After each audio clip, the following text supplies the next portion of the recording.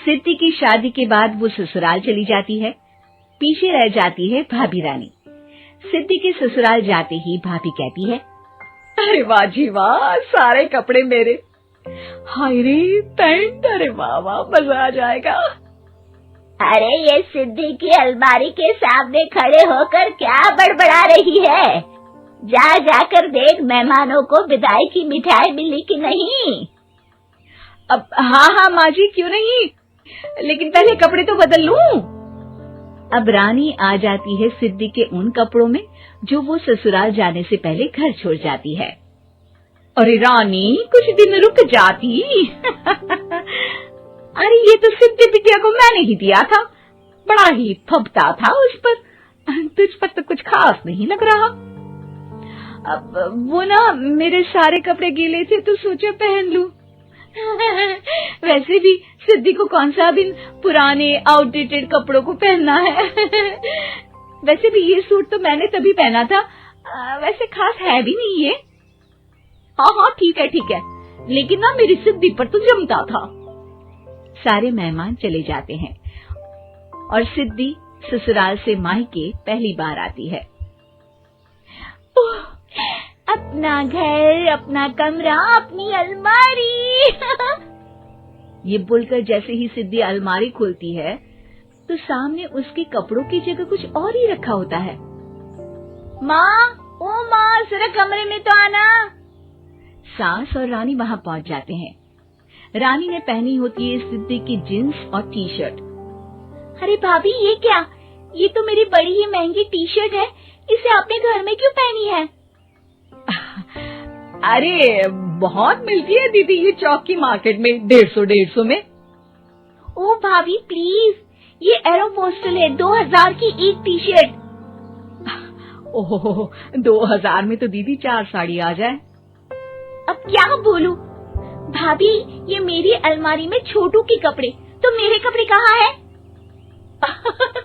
मेरी अलमारी में। अब दीदी आपको कौन से पुराने कपड़े पहनने थे? माना भाभी, लेकिन मैं जब घर आती तो यही सब पहनती ना। अरे तुम तो बड़ी कंजूस हो दीदी। खैर वक्त आता है जब सिद्धि ससुराल के लिए रवाना हो रही होती है। अरे रानी, अंदर से सिद्धि का गिफ्ट ले आ, लड़की पहली बार ससुराल से मायके आई है। रानी अंदर जाती है और एक सिंपल सी साड़ी लेकर बाहर आ जाती है। ये लीजिए माँ जी। सास बेटी को गिफ्ट देकर ससुराल भेजती है। अगले दिन रानी एक सुंदर सी साड़ी पहनकर सामने आती है। अरे रानी, ये तो वो साड़ी है जो मैंने सिद्धि को देने के लिए दी थी जब वो ससुराल ले जाती, लेकिन ये तूने कैसे पहन ली? अरे माँ जी, ये साड़ी तो मुझे बहुत पहले से ही पसंद थी, लेकिन चिंता ना करिए, मैंने सिद्धि के लिए भी अच्छी सी साड़ी दी है। हाँ। तभी सिद्धि का फोन आता है। क्या माँ, कुछ अच्छा तो दिया होता ससुराल ले जाने के लिए। अरे पहले दिखा दिया होता। ये चमकते हुए पैकेट में नौकरानी वाली साड़ी मत दिया करो माँ। अरे बेटे, वो तेरी भाभी ने ना गलती से उससे पैकेट बदल गया। हाँ, मैं कल ही तेरे भाई के हाथ से तेरा वाला पैकेट भेज दूंगी। अरे रहने दो माँ, आई एम श्योर भाभी ने अभी वही साड़ी पहनी होगी जो तुमने मेरे लिए रखी थी। तुम तो समझ नहीं पाई उनको। खैर छोड़ो, मैं ज्यादा बोलती अच्छी नहीं लगती, रहने दो, आपको उन्हीं के साथ रहना है, फिर बात करेंगे। सास को रानी पर गुस्सा आ जाता है। वो उसके कमरे में जाती है जहाँ वो शादी का एल्बम देख रही होती है। रानी, मार्केट जाकर एक ऐसी ही साड़ी लेकर आ, कल प्रतीक जाकर सिद्धि के घर दे आएगा। अरे क्यों माँ जी, कितनी साड़ी देनी है दीदी को? यहाँ कोई सेल लगी है क्या? अरे चुप कर, मेरे बेटी के हिस्से की साड़ी खुद पहन ली, अब ज्यादा ज्ञान बांट रही है। एक दिन सिद्धि का फोन आता है। माँ, मेरी सास ने आप सबको खाने पर बुलाया है। सारे लोग सिद्धि के ससुराल पहुँचते हैं। खाना खाकर वो लोग निकल रहे होते हैं कि सिद्धि की सास सभी को गिफ्ट देती है।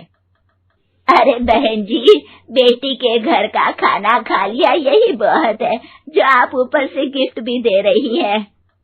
अरे बहन जी, आप भी कहाँ इन बातों पर विश्वास कर रही हैं। सास सभी को गिफ्ट देती है, लेकिन रानी को जो साड़ी देती है वो अजीब सी हरे रंग की लाल रंग के बड़ी छाप वाली होती है। अरे छी, ये कौन पहनेगा? सासू माँ को तो जरी वाली इतनी सुंदर, और मेरे लिए ये नौकरानी वाली। अरे भाभी, दरअसल मैं जब भी घर आती थी आप वापसी में ऐसी ही साड़ी देती थी ना, तो माँ ने सोचा कि आपको आपकी पसंद की ही साड़ी क्यों ना दी जाए। बेचारी रानी, बोलती भी तो क्या। सिद्धि और सास रानी का चेहरा देखकर हंसने लगती है, तो रानी समझ जाती है कि अपने ही बिछाए जाल में वो फंस चुकी है।